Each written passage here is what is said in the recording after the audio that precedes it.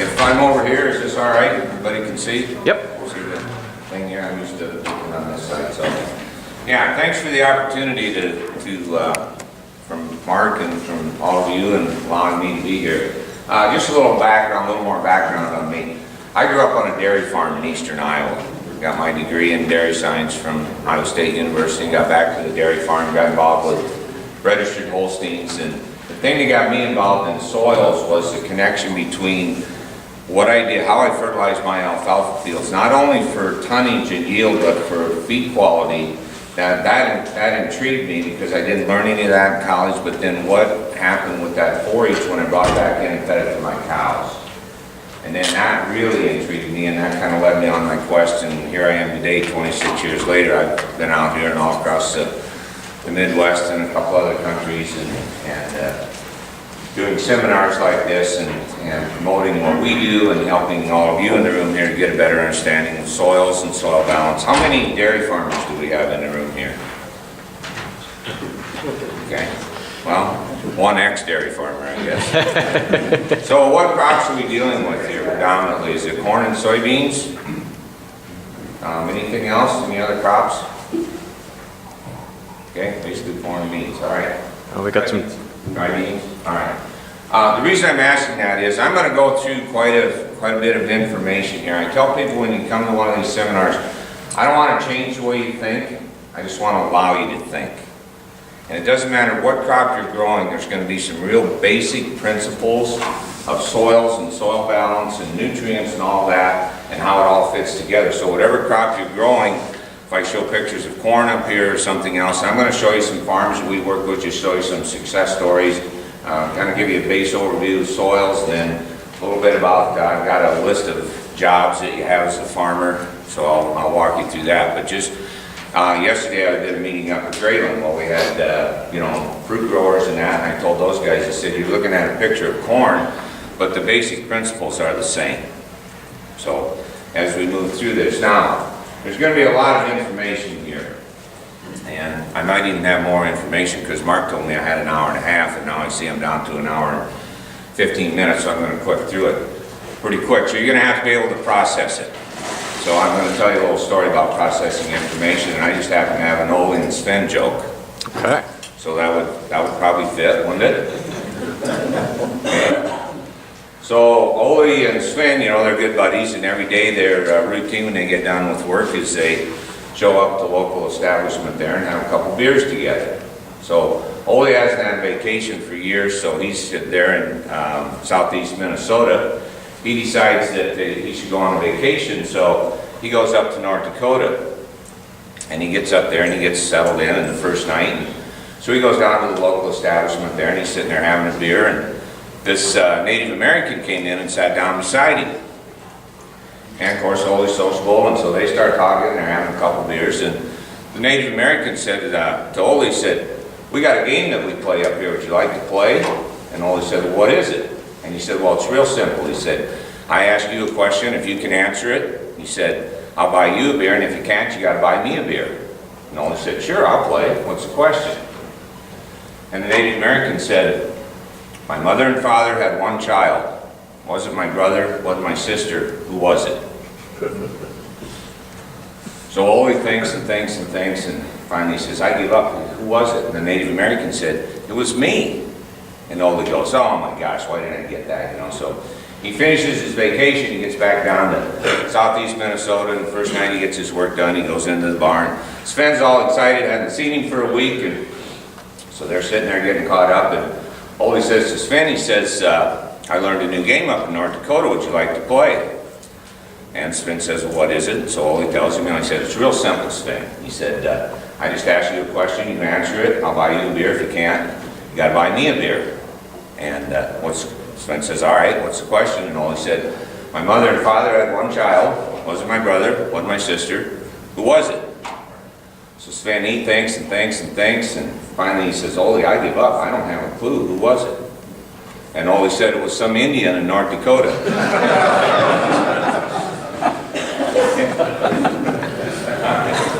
So, just a little overview about us. I'm going to stick to a lot of base information. How many is anybody familiar with Midwestern Byway? couple of you already know a little bit about us, so we won't spend a whole lot of time, but this is our mission statement here, and it's about farming, it's about profitability, and it should be about fun. And it all starts in the soil. That's our tagline, better farming through better soil. So the base, I'm going to give you quite a bit on soils. That's what Mark asked me to talk on. So this guy here, he's saying, tell me how with such rich soil can I be so dirt poor? I've had this in my slides ever since I started doing this years ago. I always got a kick out of his little eyeballs there looking at his soil. Okay? And this guy here, he says, went in, the lady says, yes, your soil test results on your farmer back. Don't fertilize, pack up, and move. Now, hopefully none of you are in that situation on your farm, but at least he knows where he's at, doesn't he?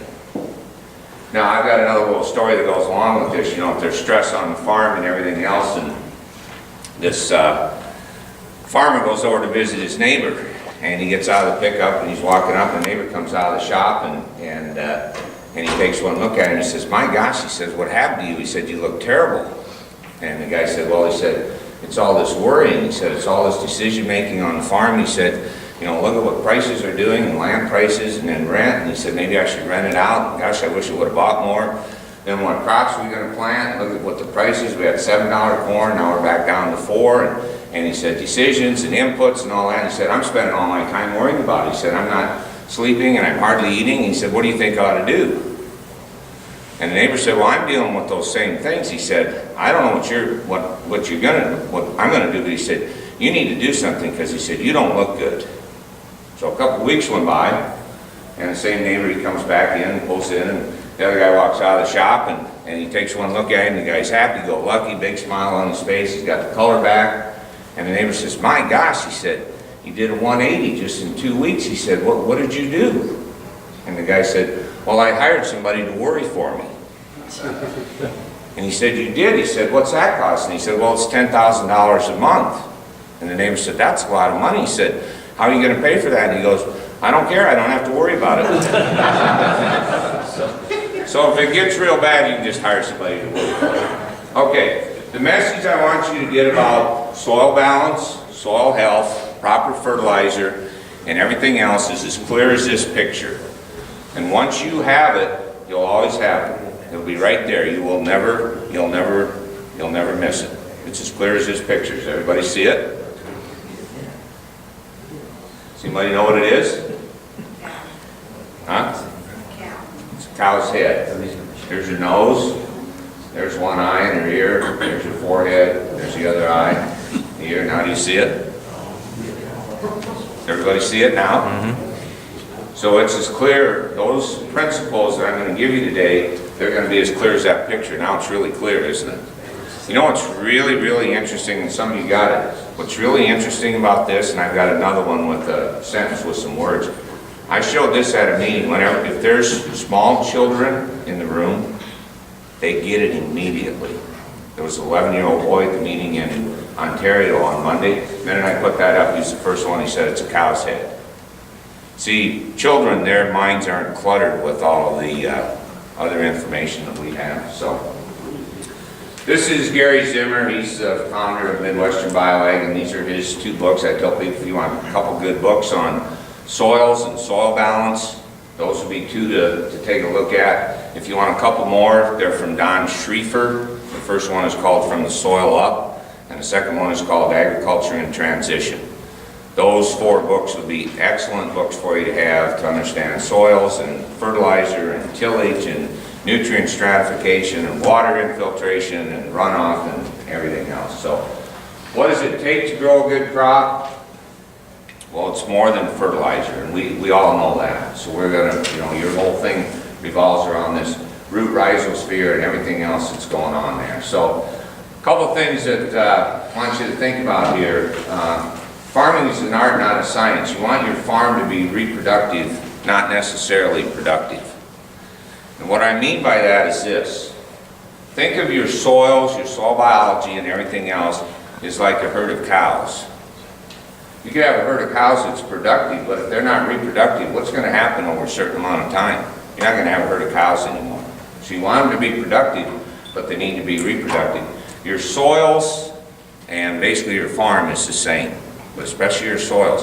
So the whole soil biology and everything else should be building, reproducing, continuing to grow for you. It says, all men make mistakes. If there were no mistakes, there would be no progress. It's about your average. As you move forward with your farm and your soils and that, it's about your average. You know, don't try and go out there and I say hit the grand slam the first time. It's changing your soils, building your soils, stair-stepping your yields up. And you do that 1 year at a time and you build on it. Now, everybody knows the definition of average. Average is you stick 1 foot in a bucket of ice water and 1 foot in a bucket of boiling water, and on the average you should be comfortable.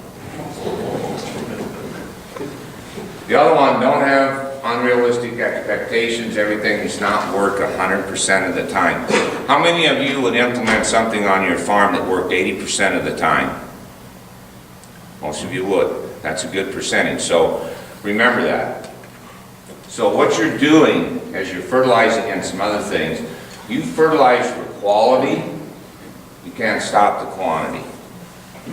So your goal is quality in your plants. So if you're fertilizing for quality, that's how you get these higher yields. That's how you get nutrient-dense feeds. Turns into yields. So this whole thing called yield, if you look at all of the components of that, it's pretty complex, isn't it? I always tell farmers, guys at the meeting, I say, I'll leave that up for a few more seconds. You can take a few notes, and then when I give you a test later, you'll get some of it right.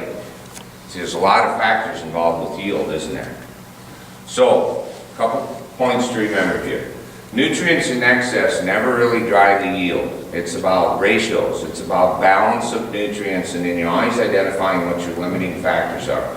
And the other thing to remember here with excesses, normally in your soils, in your plants, and in your livestock, normally excesses cause more problems than deficiencies.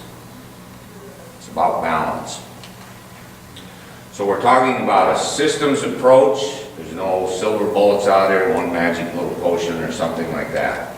So as you put together your production management program, first thing you have to do is define some yield limiting factors for your farm, because every one of your farms is different. And then put those in order of importance, and then implement something that's going to specifically address those yield limiting factors. And then the last and most important one, you have to implement the program. We get involved with a lot of farms and they've got good ideas and they get everything all pulled together, but they miss part of this right here. They don't get it implemented. Okay? So on your crops, potential minus stress equals yield.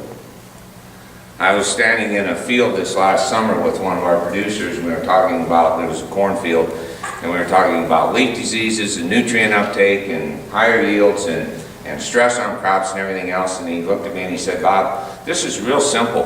He said, you never want your corn plants to have an unhappy day. And I thought about that and I thought, man, what a statement. So our goal is you want your crops to be happy every day. That's how they're going to reach their true genetic potential. How many are familiar with Dr. William Albrecht? A couple of you are. Professor at the University of Missouri back in the 40s and 50s. So if you go to any soil test lab across the United States and Canada right now, the foundation for balanced soils, and I'm talking about base saturations of calcium, magnesium, potassium, hydrogen, and sodium, and I'll just give you those numbers. They all go back to Dr. Albrecht. He was a research scientist, and he even took it farther into livestock. He's the one that said fertilize for quality, you can't stop the quantity. But the base on that, the balance on your soils, you want your percent, these are percent base saturations now in your soil test. You want your calcium somewhere around 68 to 72%. And if you widen that out a little bit, it could even be 68 to 75%. Just targeting the one thing to remember about soils, they're not mathematical, are they?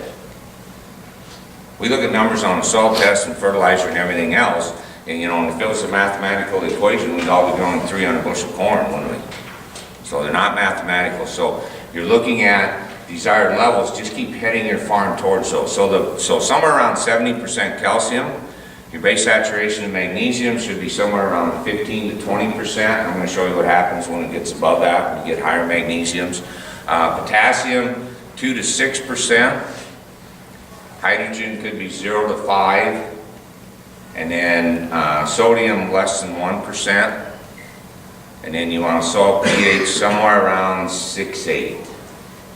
6.8, 7.2, right in there. That's those are kind of ranges. That's where you want to head your soil. So the most important thing about that is once you understand those numbers, you never want to do anything to your soils to take them farther out of balance.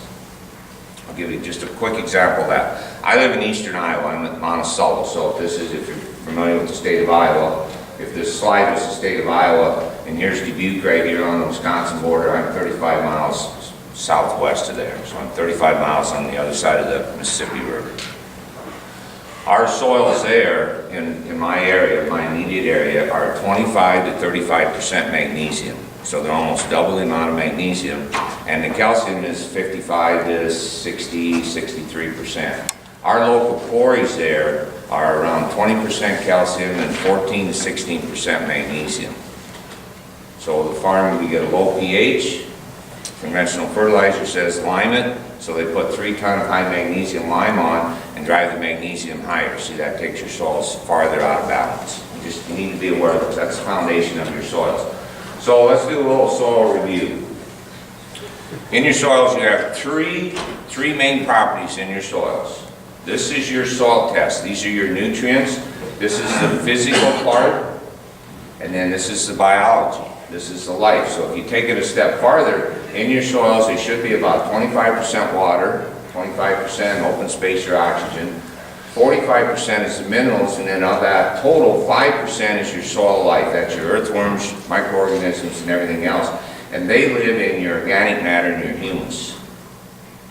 So it could be safe to say, once we understand this, 50% of what you do in crop production is managing air and water. So, this is the thing that intrigues me about soils, and a lot of you are probably very well aware of this. If we look at this thing called soil biology, it's very complex. But as an industry, we're learning a lot more about it. There's a gram of healthy soil. There could be up to 1 billion bacteria in that little gram of soil. 3 miles of fungi, 100,000 protozoa, 500 beneficial nematodes. That's just 4 of the microorganisms in the soil. There's a whole lot more than that. So they call it the soil food web. There's more microbes in 1 handful of soil than there are people on the earth. And on every acre of soil, there's could be up to somewhere 48,000 pounds of microbes in the top 6 inches. So how many in here don't have any livestock? Okay, so every acre that you farm of good biologically active, healthy soil, in the top 6 inches on every acre, there's 48,000 pounds of living live organisms or livestock. How much livestock do you have now? Tremendous amount. Every one of us involved with agriculture that's farming, we're in charge of a lot of livestock. So I'm thinking last year, how do I get this to sink in so that really will make sense to you? You know, they say you want to paint a picture for your mind's eye. So the more I thought about it, adolescent to mature elephant weighs 48,000 pounds. So there's a 10-acre field. You have 10 elephants to take care of this year. You have an elephant on every acre that depends on you to take care of it, air and water management, feed it, and all those other things. Now, due to what's happened in conventional agriculture and a lot of our soils and everything else, this is what the elephants look like on a lot of farms. They're not doing very well, are they? Okay? We're all familiar with this. This is what they call the zone of maximum biological activity and rapid residue decay. How many have seen this over your years of farming? Fence post has been out there a long time, you take it out. This is the aerobic zone. So one of your goals in farming is to deepen this aerobic zone. That's where the oxygen is. Down below this is anaerobic, so we have less biological activity. Now we can have earthworm channels come down into this, and the roots will follow that and you get some oxygen in there. But your goal is to deepen your aerobic zone on your farm. That's your air and water management, that's water retention. I'm going to show you some things of how you can hold more water on your soils when we get into sulfur. It's really amazing. So don't lose sight of this. So how do you promote soil life? Well, the first thing here is just stop doing harm. Whatever you're doing in your farm, in your operation that could possibly be harming your soil life, just step back and evaluate that. Maybe that's excess tillage, excess nitrogen, maybe it's excess manure, maybe our calcium levels aren't high enough. You know, we can throw the whole conventional side of herbicides, fungicides, pesticides, all those things in there, and they probably have, well, not probably, they do have some effect on that.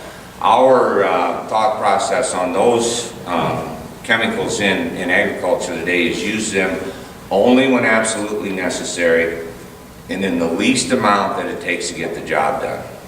And then understand, like, for example, if you're using fungicides on corn production right now, understand why you're having leaf diseases and do something about that, and you're going to be less dependent upon fungicides. And I'll show you that when we get into magnesium.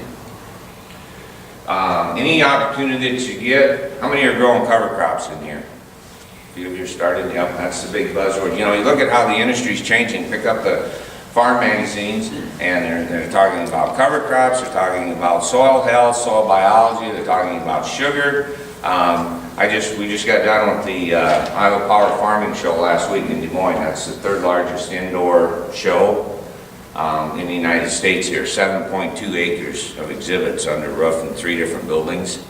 And one section was devoted strictly to cover crops. It was downstairs, they had cover crop workshops, they had exhibitors down there and everything else. What really amazed me about it was they had the list of the sponsors up there. Some of the sponsors were DuPont, Pioneer, and Monsanto for cover crops. Isn't that amazing?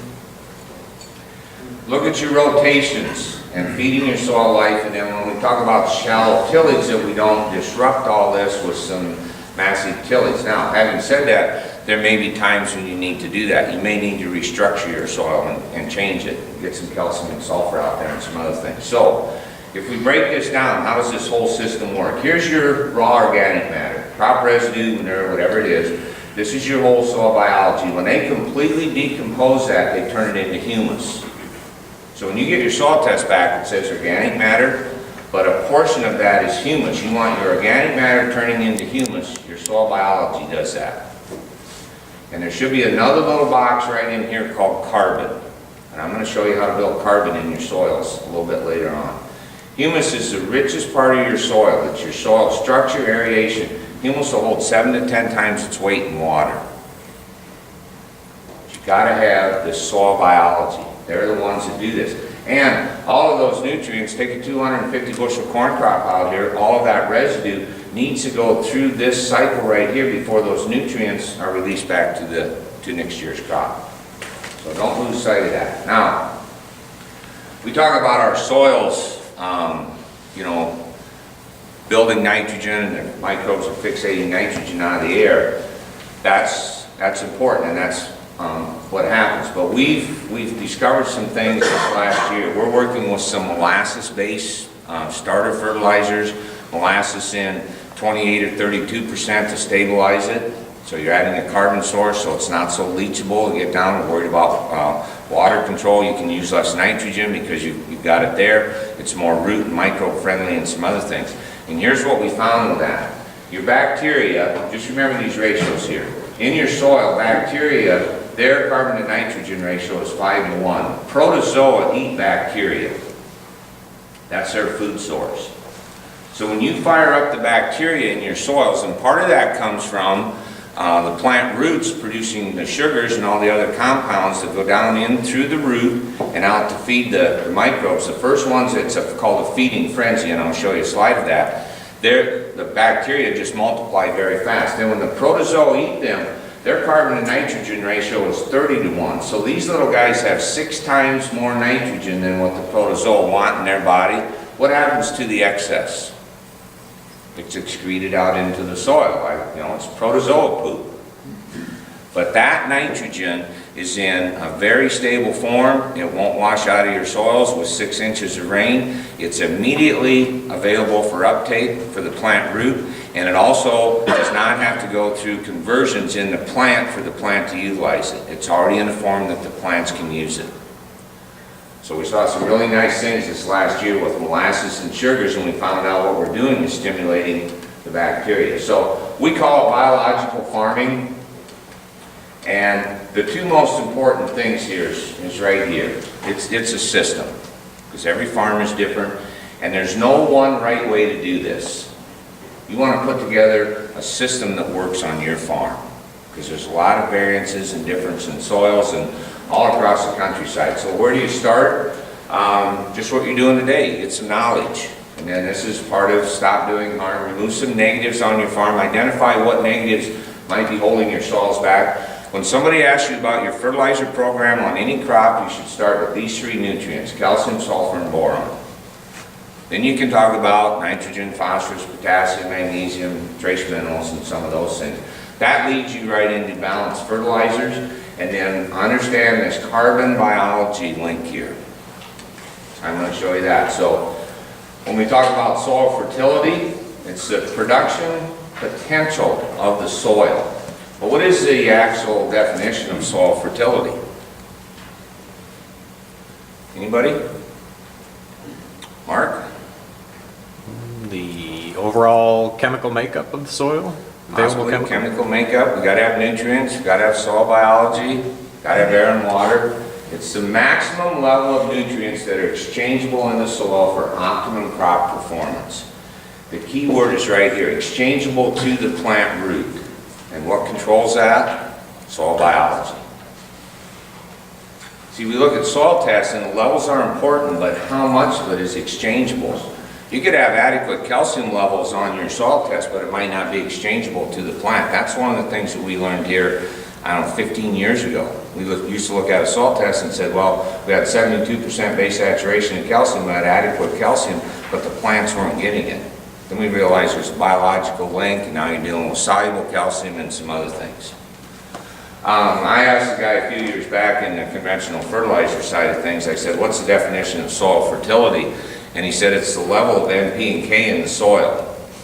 And I said, well, if that's true, then when we add additional amounts of that, we automatically get more yield, right? And he thought for a minute and he said, it's supposed to work that way, but it doesn't always.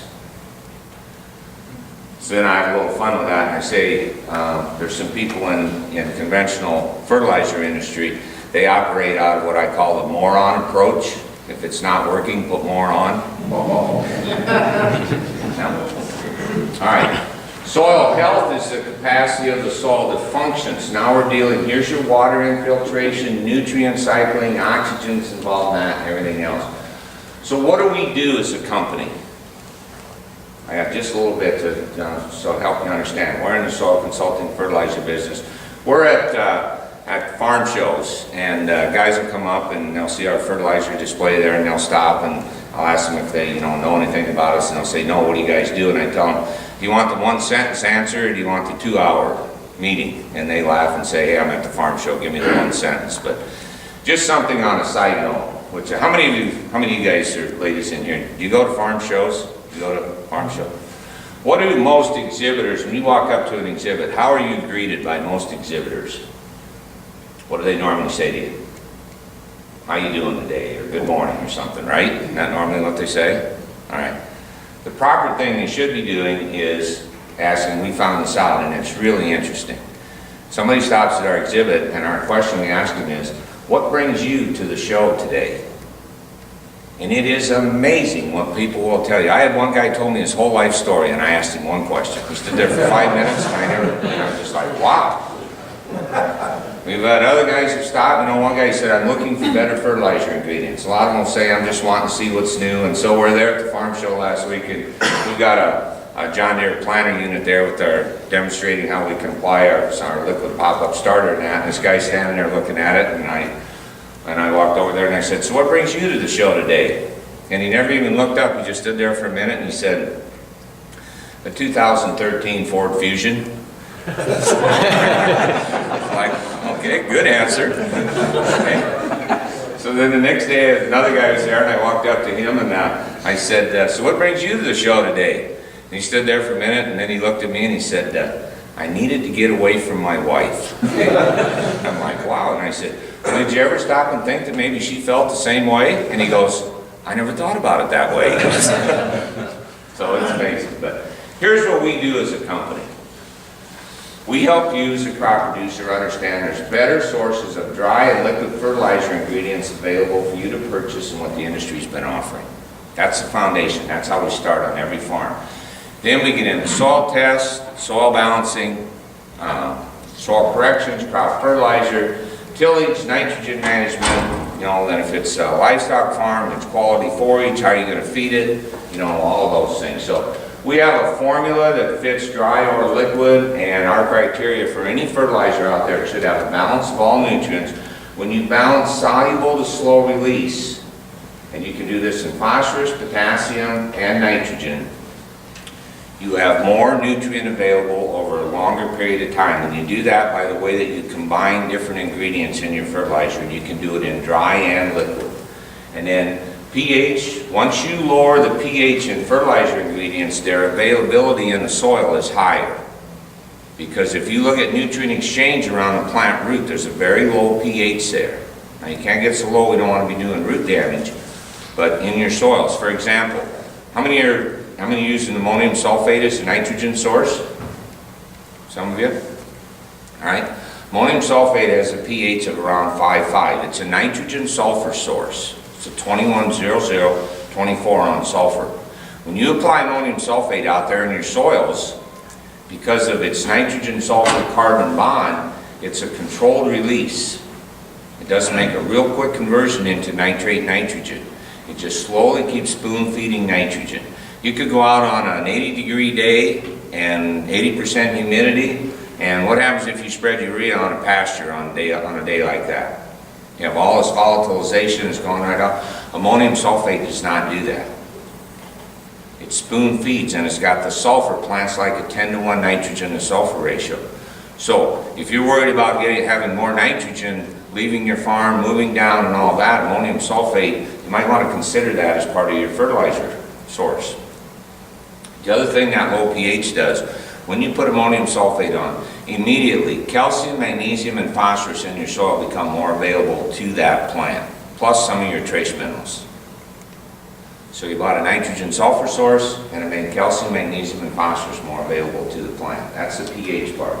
And then when we say non-harmful, we're looking for highest quality ingredients in the fertilizer industry. We don't want to hurt the soil, the plants, or the roots. So, just a little overview. There's a lot of buzzword in the industry now about micronutrients and this, this glyphosate tie-up with manganese. And how many are aware of that? Probably most of you are. You've heard that. Okay. So what happens is, and you probably, just a little review. If you look at glyphosate, it's a very strong chelator. So what that means that it grabs a hold and ties up. It ties up manganese, zinc, iron, and nickel in the plant. Those are the 4 nutrients that are involved with the immune system and with photosynthesis in the plant. So it locks those up and it shuts down. Now our plants have the gene in them, but it shuts down photosynthesis in the plant. The plant still looks green, but it actually stalls it out. What happens on the weed is, the weed that we sprayed, it doesn't have the Roundup gene in it, so it also gets shut down. Its immune system is compromised. The natural pathogens that are either in the root or on the leaf come in and kill the plant. Roundup itself does not. If you had sterile soil and a sterile plant and sprayed it with Roundup, it wouldn't kill it. You have to have the pathogens there. So just remember that on your crops, why these micronutrients. So they're involved in, especially these enzymes here, and they're very important. So we look at them, they're essentially, not only do your plants need the micronutrients, but the microbes, they live on them. It's part of their food. They actually reduce them before they get into the plant. We call them trace minerals because we only need small amounts of them. They're mobilized through this, and then you want to use sulfate forms of those. Those are the forms that the plant can feed on immediately. So just to help you understand the importance of trace minerals in crop production, what's going to take you to the next level on yields, think of this barn as a corn plant. So the major components of the barn, the wood, the shingles, the foundation, the rafters, and everything else are the major components of the corn plant. Calcium, sulfur, nitrogen, phosphorus, potassium, magnesium, all of those things. The nails that hold the barn together are extremely important, but in the whole composition of the barn, it doesn't take very many nails, does it? Trace minerals are the same way in the plant. In building a plant, it doesn't take very many, but they are extremely important. So I'm just going to show you a couple things of what they do. Zinc improves phosphorus utilization. All these enzyme functions that happen in the plant, regulates plant growth. Now, a lot of times we look at this corn, the ear size at day 40, fourth leaf stage, the corn plant is expressing its genetic potential. How big around the ear is going to be and how long it's going to be, and it's phosphorus and zinc. But I put leaf size above that. What happens when you have bigger leaves on a plant?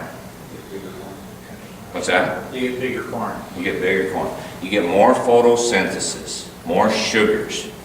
And that's one of your jobs when we get to it, is to maximize photosynthesis. That's why zinc is so important.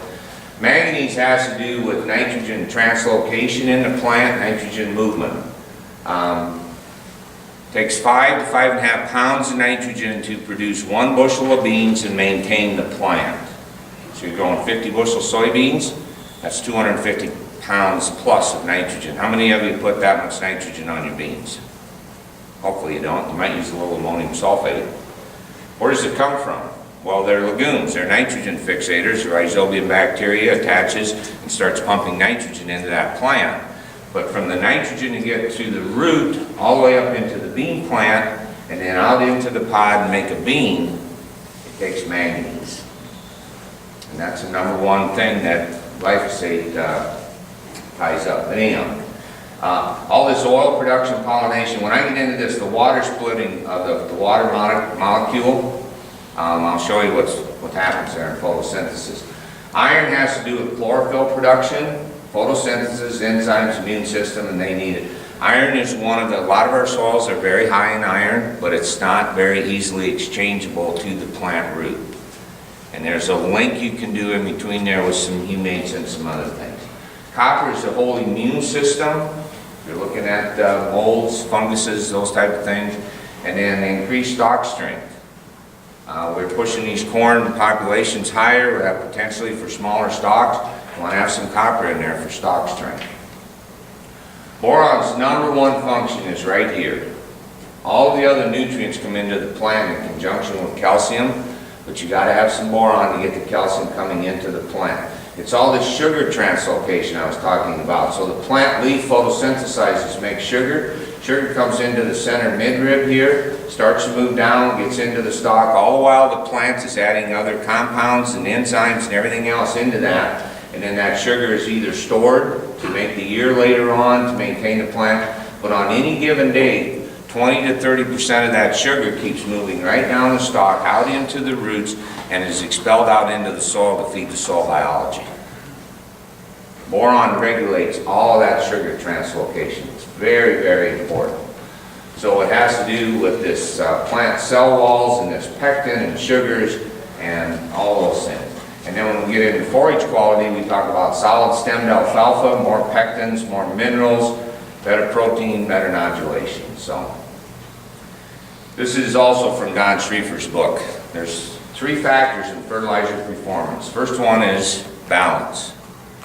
You want a balance of all nutrients. Watch those excesses. Next one is concentration. Concentration is not only how much you put on, it's where you place it. And the last and most important one is the recovery of that fertilizer ingredient.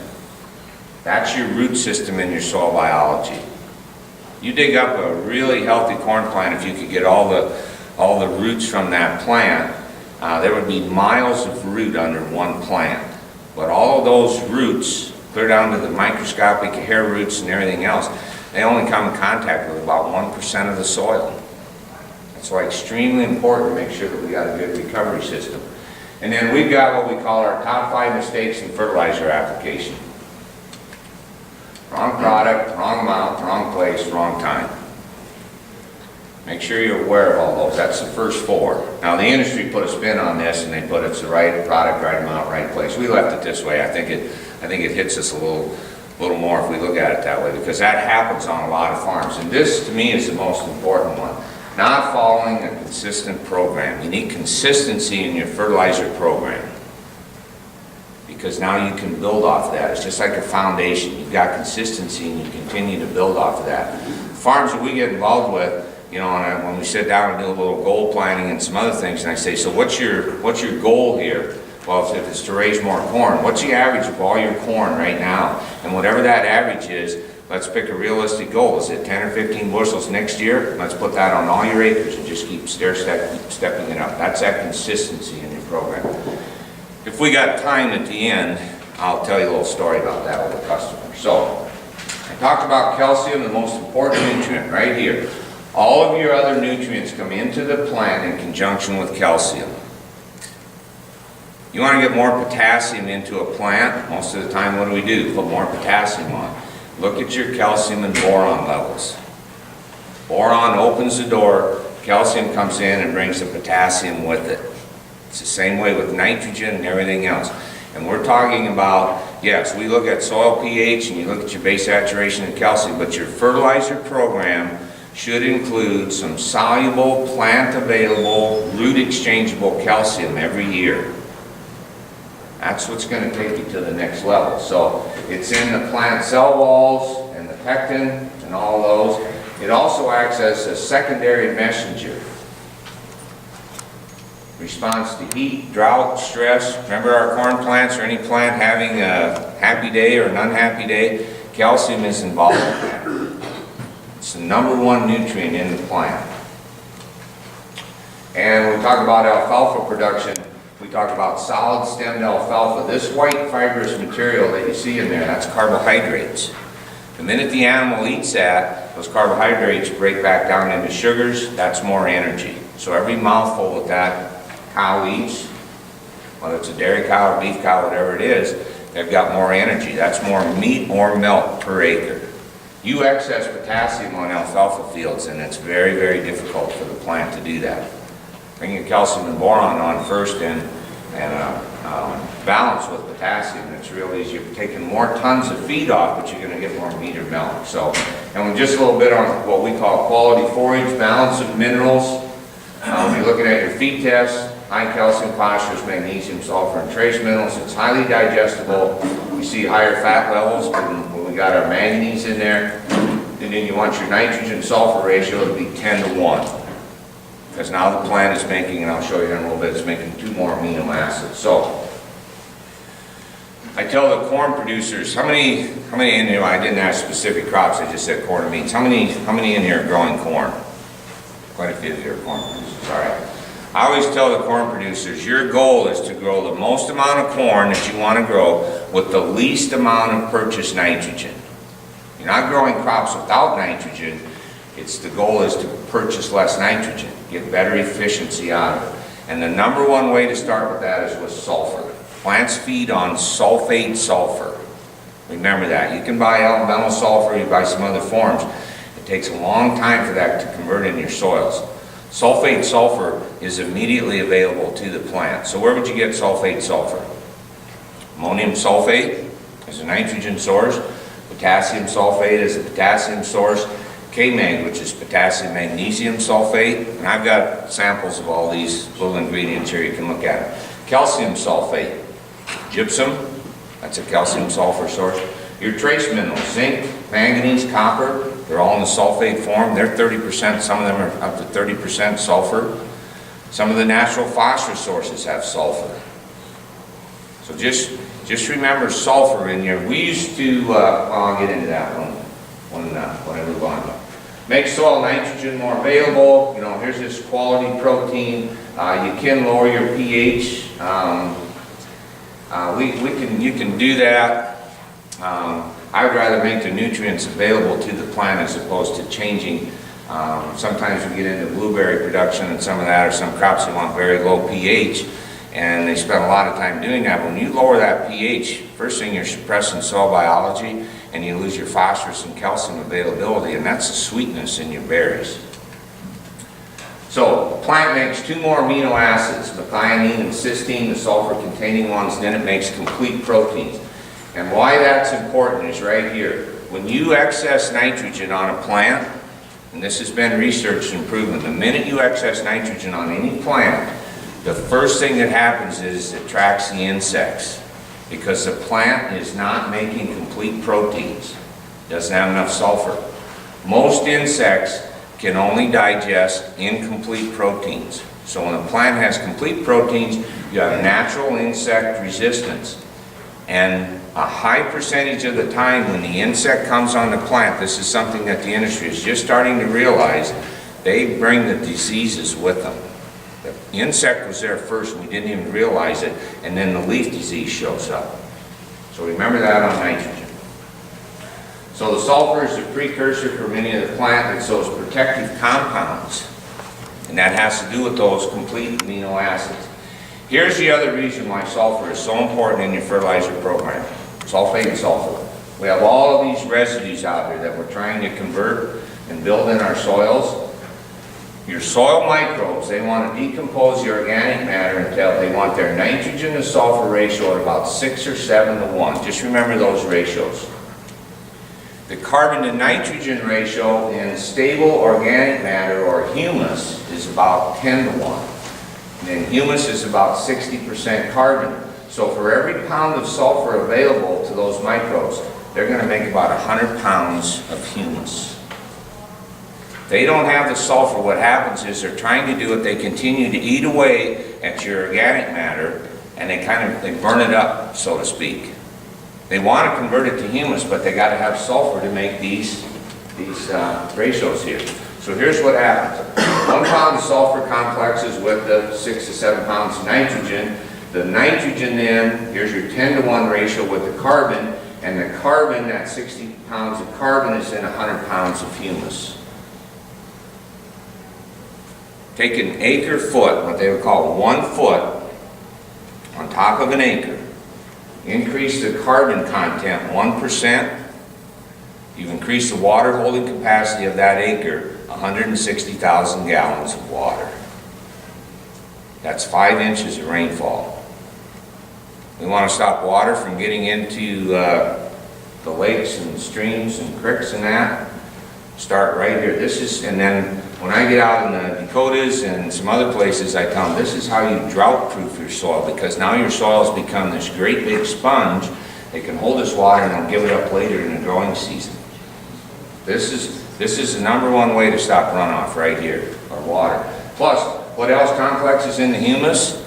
Phosphorus and nitrogen. So you're holding the water for your crops, but you're also stopping those from leaving. Most of our crop residues, when we've been testing there, they're about 0.01. There's not enough sulfur there. We're saving about 1% of it as humus. We used to tell farmers on any crop, a good place to start in your fertilizer program was 25 pounds of sulfate sulfur per acre per year. Now that we got a better understanding of this and we're looking at what's going on, we've raised that to 50. So your fertilizer program should have at least 50 pounds of sulfate sulfur. And if you're growing corn on corn and dealing with these kind of residues, we're not opposed to you having 100 pounds of sulfate sulfur out there. Let's convert the residue into humus and let's get some good out of the nutrients. Now, when we look at plants here, how many are familiar with the term mucilage? Okay. It's the sticky stuff from plants and microbes. Microbes make it, plants excrete it when those sugars, when they come out.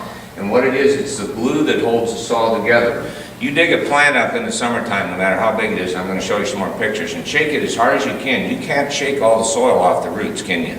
There's always some soil that hangs on. That's the mucilage holding it there for that nutrient exchange back and forth. But here's the other thing. Mucilage, a gram of it can hold 100 grams of water. See, that's part of that sulfur humus thing. It's all combined in together. There's those root tip exudates and all this that you see around here that's feeding frenzy. That's the bacteria. The root tip exudates are coming out. There's those sugars, and the bacteria, they're just going crazy and they're multiplying, and now the protozoa come in and start eating them, and then your nitrogen starts to go up in your soils. There's another picture. I dug up that little corn plant and I shook it just as hard as I could. And you can see the soils are a little moist, but you can't shake all the soil off. That's got 5 gallons of our molasses-based in-row starter on it too. And what we found when we added those sugars from the molasses, we're getting some nice yield bumps and some other things, but the root system that we got on the plants is phenomenal. There's just another picture. This is 5 gallons of a 9-18-9, and here's 5 gallons of our 10-14-1 molasses base. Both very nice roots. There's certainly nothing wrong with this. But look at how much more of the mucilage we've got. Look at the fine hair roots.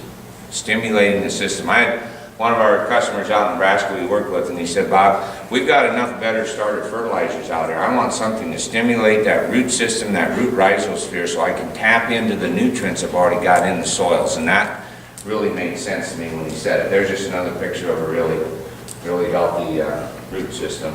So, we grow bigger roots on a plant. What's the advantage of that? Well, we should be more efficient with our fertilizer, with our water, and some other things. Let's say you increased your root mass by 2 grams per plant. How much is 2 grams? Not very much, is it? A dollar bill weighs 1 gram. A paper clip weighs 1 gram. Plant 30,000 corn plants, increase it by 2 grams per plant, that's 60,000. There's 454 grams in a pound. You've added 132 pounds of organic matter that's going to make a very quick conversion into humus. The roots on a plant are the first ones the microbes convert into humus. So if you never got any more yield, but increased your root system, you're starting to change your soils. Your air and water holding capacity went up. So, I've got some jobs for you. First one is to balance your soil minerals. And that's your soil test. And here's another slide I'll leave up for a little bit. Take a few notes and you'll do better on the test. The message here is, it's more than N, P, and K, isn't it? When we look at plants, it's about balance. And when you get your soil test back, you divide it into 2 categories. First one is soil correction. So those are the minerals added to fix your soil. So that would be liming with the right type of lime. It might be where you haul your manure. You've got low phosphorus levels, or you're going to bring in a natural phosphorus source. Maybe it's gypsum. Maybe it's some soluble calcium. Those are your soil corrections. Your crop fertilizer, that's what you apply every year. That's a balance of all nutrients. And it's more than N, P, and K, calcium and sulfur, some carbon and sugars. That's how you maximize yield potential. So I tell farmers, don't ever lose sight of your soil corrections. This is in eastern Iowa where I live, and this is corn on corn production. We're putting our BioCal on, which is calcium, sulfur, and boron. We've seen just a major turnaround in the recycling of this crop residue when we bring some calcium and sulfur and boron out there. Next one is maximize photosynthesis. And I kind of started with that. So we're looking at, to do that, you have to have a green plant. When you see corn leaves out there when they're hanging like this, see how they just lean right over? That's maximum photosynthesis. Even on a cloudy day, that plant, look at the width on those leaves. That's what you're after. The number one thing for photosynthesis is chlorophyll. That's the green in the chlorophyll molecule. It's built around magnesium. It also improves phosphorus uptake. And remember this on magnesium. As the magnesium level increases in your soil, like I was saying about our soils in eastern Iowa, we're double the magnesium. So on a Midwest Lab soil test, when your magnesium base saturation percentage gets above 20%, the magnesium availability to the plant starts to go down. And the higher it goes in your soils, the less available it is. The other thing that's going to happen when you have higher magnesium levels, let's say they were 23 or 25, your soils are constricted, they're tighter, it's going to take more nitrogen to grow corn, and your potassium isn't near as available. That's the soil balancing part of this. So this is photosynthesis. Real quick review. Green in the leaf, the chlorophyll. Light energy from the sun shines on it. The plant pulls in carbon dioxide. It's coming up either in the atmosphere or should be coming out of your soils because your soil biology should be doing that. And then it needs some water. And then the manganese comes in and splits this molecule and we make glucose and oxygen. Now I tell people that's organic chemistry. And we're not going to get any deeper into that, and here's why. I liked organic chemistry so well in college, I took it twice. Okay? I didn't like it the second time either, but I had to take it to move through. Plant makes glucose. We add some enzymes, which are controlled by your trace minerals. Here's solid stem, that's the white in the stalk of your corn. And then eventually there's your kernel corn. Here's the cellulose that holds the plant up, makes some fatty acids. Now add some nitrogen. And the plant starts to make amino acids, more enzymes controlled by your trace minerals, and then the plant makes protein. Maximize maximize photosynthesis. So here's what happens. Oxygen diffuses into the soil from the atmosphere. You have to have loose, crumbly soil for that. The microorganisms use that to get the carbon dioxide off. It's sucked in on the bottom side of the leaf. The plant photosynthesizes and gives oxygen back off. That's what you want happening in your soils every day. You want to maximize that. There's a real healthy corn leaf, no diseases. Nice white center midrib. That's maximum photosynthesis. That's how we get to 300 bushel corn. Next one is managing air and water. Is that managing air and water? See, I tell people I'm from Iowa, so when I'm not in Iowa, I can pick on us Iowans. You know, I said, we're not the smartest over there. We get one tractor stuck, and then we go get another one, and we go get another one, and then pretty soon somebody says, hey, quick, go get the excavator, and let's get them out of there before somebody takes a picture.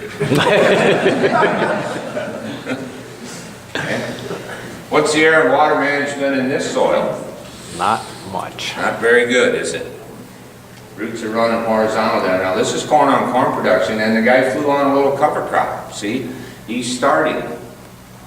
That soil needs some calcium and sulfur, probably should be subsoil restructured, help nature get back to what it wants to get to. And you can use a penetrometer to poke down in the soil. How many have used one? Yep.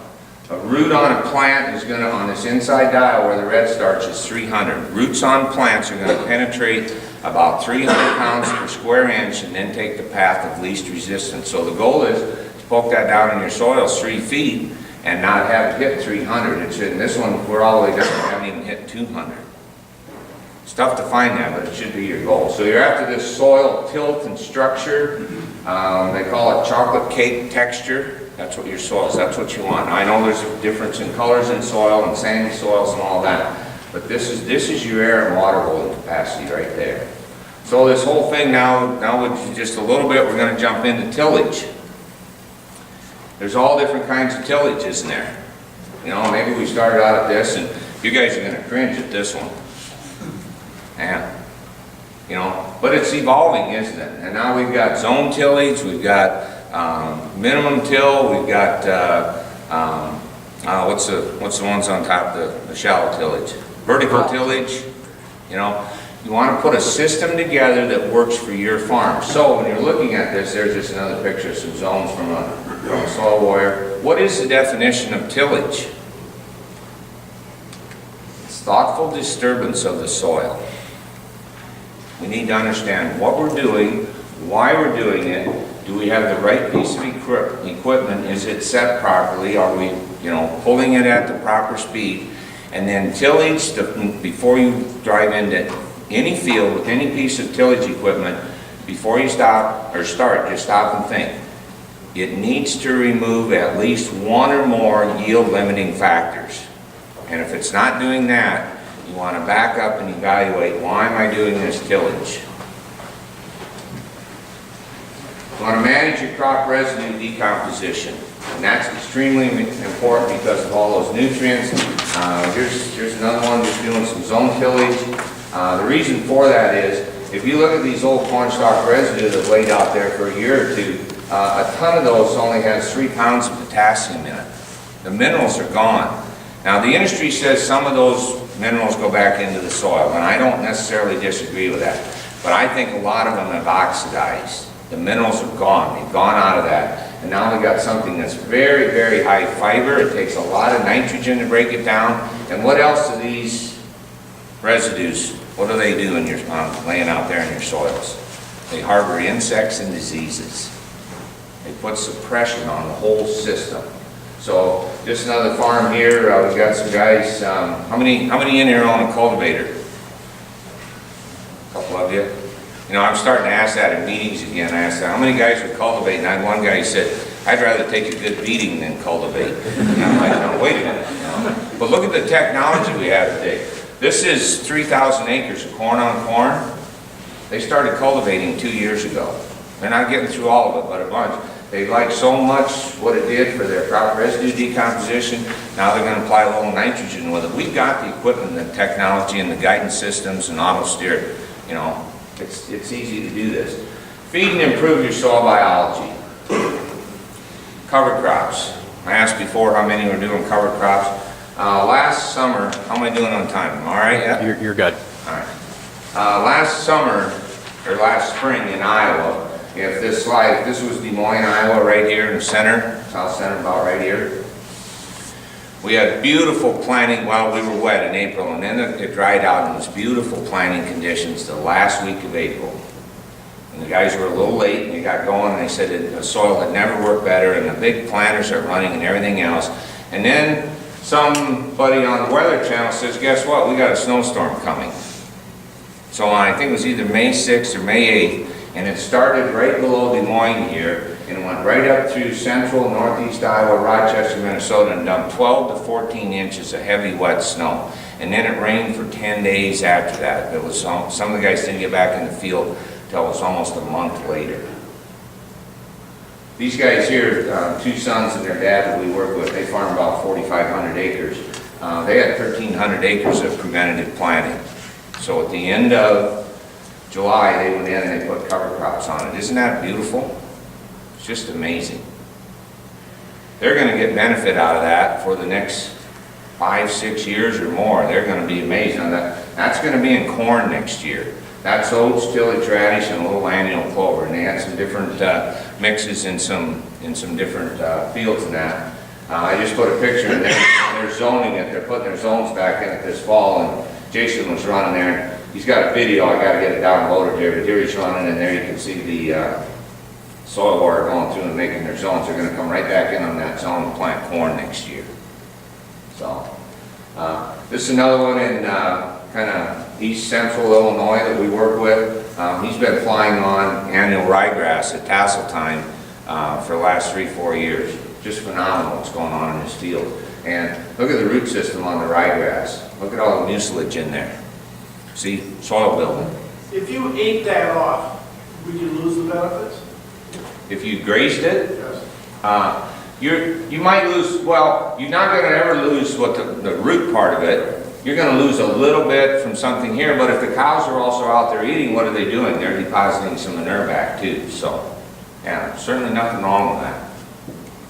Actually, there's more farmers looking at this when they've got stock cows that want to graze it, because now you balance your carbon to nitrogen. The cows are eating high carbon stalks and high nitrogen green grass.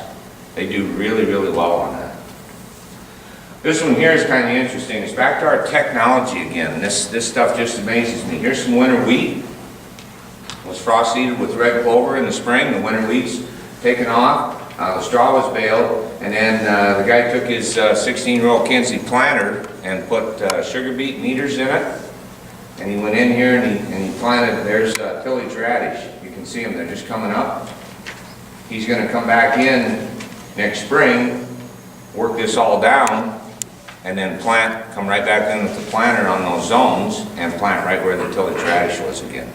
So we're going to follow this one through for the year and see what kind of response. So we're in Ontario, Canada. Blake here is a real progressive farmer. He's, I think there's 6 different species in there. That's the other thing that, and probably a lot of you are aware of this, what they found out about cover crops.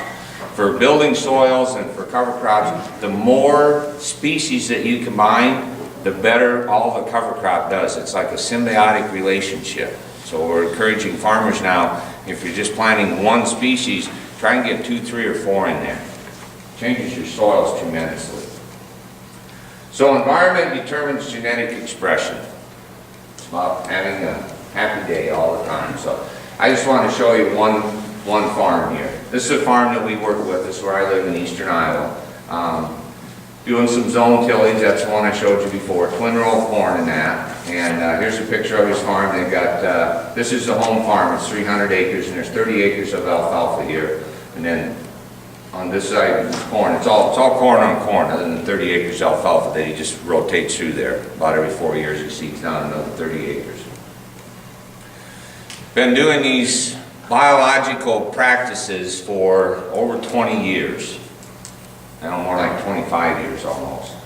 Phenomenal soils out there, phenomenal yields. We were dry, and we were very wet in the spring, and then it dried out. We had, where I live, we went 60 days without rain. He was fortunate. He caught 1.5 inches rain that some other people didn't catch. But he called me when, he said, Bob, I just got the home farm opened up, I got the end rows out. He said, the yield monitor says it's averaging 230. When he got done with it, this half of the field, the corn on the home farm here, this averaged 252, and then the field that's over on this side averaged 248, so it averaged 250. That's all the way across the farm. See, those are the averages that I like, and we just keep building upon that. There's a picture of the corn. We're out there at harvest time. Look at the uniformity of the ear size. This is where boron fits into your fertilizer program to catch that late pollination and fill every year right out to the tip like that. You get ears of corn to do that, you got everything else in line, and your limiting factor was boron, if you didn't have it, that's 12 to 15 bushels per acre that you missed. So that's your goal to have. But here's what was really interesting, and this is what we call healthy, biologically active soil. We dug the plant out, and I was going to cut the root open. We were checking stalk strength and some other things. See these round, shiny things right there? See them in there? What are those? Earthworm castings. 6, 7, 8 earthworms under every plant. That soil is biologically alive. He's growing 250 bushel corn with about 0.6 pounds of purchased nitrogen per bushel. And this next year we're going to lower it a little bit more. See, that's the system building upon itself. And here's another one. These two guys, they grow some really, really good crops. They have a crop scout that comes. I get to their farm about 4 times a year. We do fertilizer work with them. But Mike, the owner there, he says every time their crop scout comes, he tells them, he says, I don't know what you guys are doing here, but yours is always the healthiest cornfields that I'm in. He said, what you guys got to be doing something different than everybody else. Your crops are always healthier than the other fields that I scout. But what I was talking about, when you cut your corn plants open, okay, you want this to be nice and white, even right down here in the base, because at each node is a filtering system. And as the nutrients are coming in, the plant is filtering out high iron, aluminum, might be some, chemicals that we don't want, anything that will get up here and destroy the reproductive part of the plant. So you have a filtering system. You can dig your corn plants up at any time if they're only 4 inches tall. Cut them open and look at the color in here. It should be nice and white like this. That's a really, really healthy corn plant. So you have all those nutrients flowing up in here, but what else is happening? All those sugars are coming down every day and going out through the roots to feed the soil biology. And the reason to have that open, calcium and boron in your fertilizer program will keep that open for nutrient flow. Just to give you an idea how many nutrients are flowing through there. On a corn plant, 14 days before tassel, corn plants are taking up 15 pounds of potassium per acre per day. That's a tremendous amount. Now that's in conjunction with nitrogen, phosphorus, that's just potassium. That's all got to get through this system and get up in there. Calcium and boron. And the other thing to help you evaluate your nitrogen program, I don't know if some of you have seen this or not, this next summer when you're out there, this is about milk stage, maybe a little before on your ear. Just start evaluating your stalks. Has anybody ever seen those little white lines on your corn plant? That's the plant's expressing that it's got excess nitrogen. It utilized all the nitrogen it needed for its genetic potential, and it's got excess nitrogen. It's actually oozing out of the plant. They look like little white chalk lines. You can take your thumb and wipe them off. It's a good way for you to evaluate your nitrogen program. Might not be turning it all into yield, or we've got excess, or whatever it is, but it's a good way for you to evaluate it. So, we'll wrap up here. Here's some steps that will help you unlock some higher yield. So, when you leave or you get ready for this spring, set some program goals. This is your soil test. You want to manage your soil test. This is your air and water management. This is your soil biology. Set some goals to manage that. Understand this soil fertilizer relationship is not mathematical, that there's biology involved in that. We have to monitor. It's the little things. Success is not doing one thing right, it's doing a lot of little things right. Don't let compaction be a yield limiting factor on your farm this year.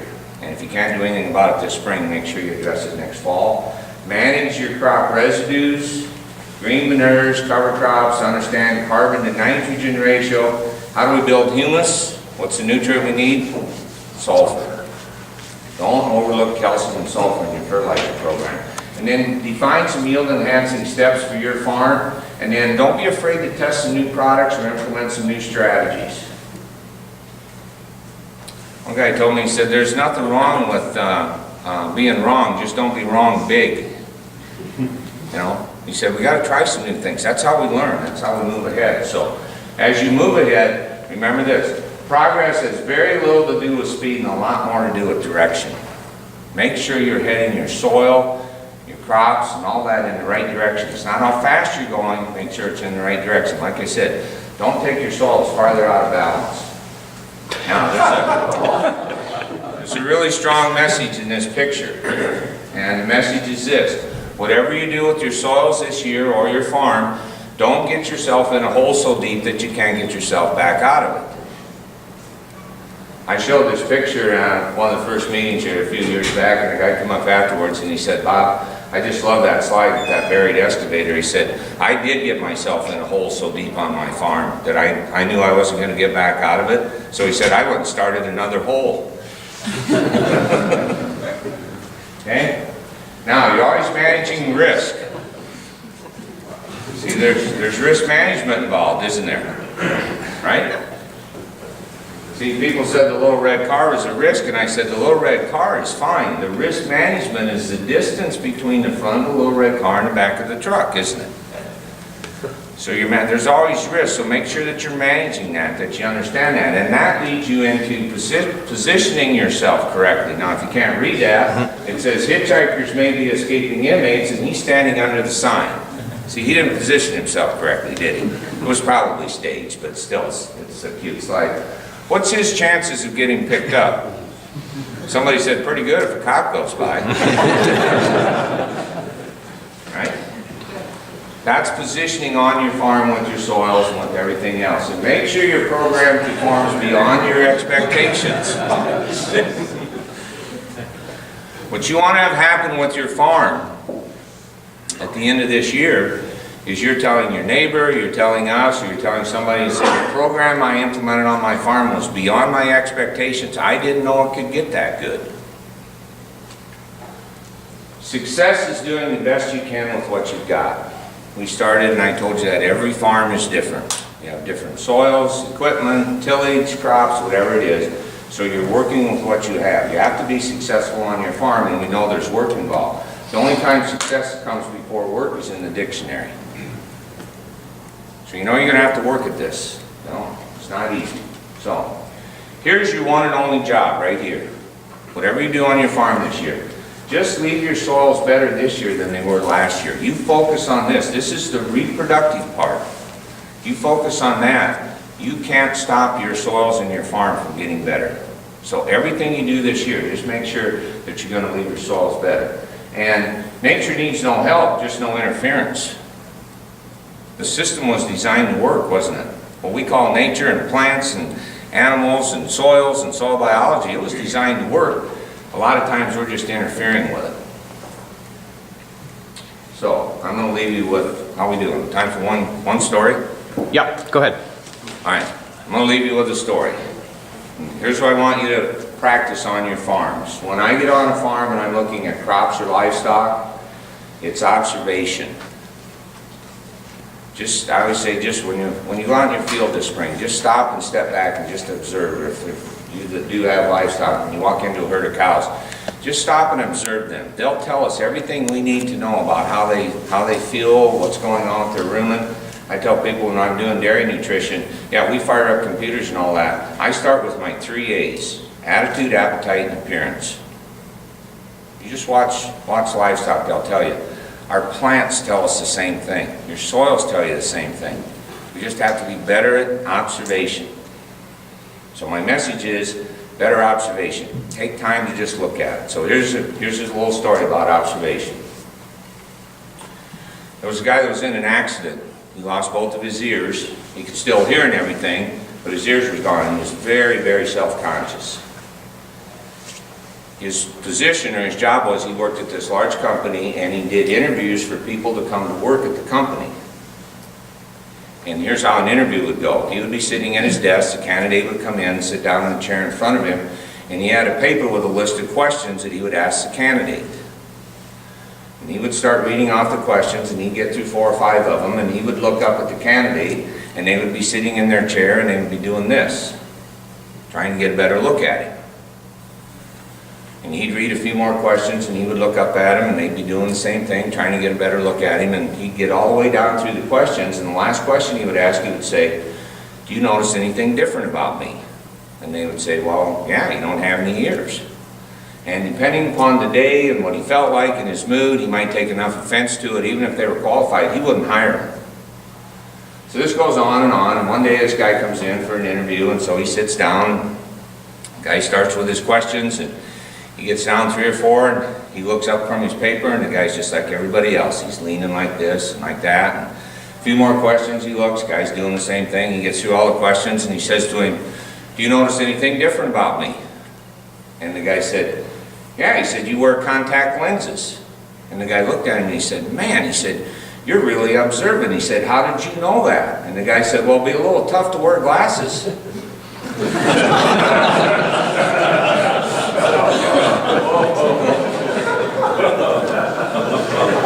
Observation, right? Observation. All right. We'll be around here for, I think we're past our time for questions here, aren't we? You're pretty close. Yeah, Yes. we should probably move along. Yeah, so I'll be around here if we got questions later, so. Yeah, Mike isn't here, so we can move right into cover crops. All right, we're going to take a break though. Okay, yes. Okay, Yeah. thank you. Thank you.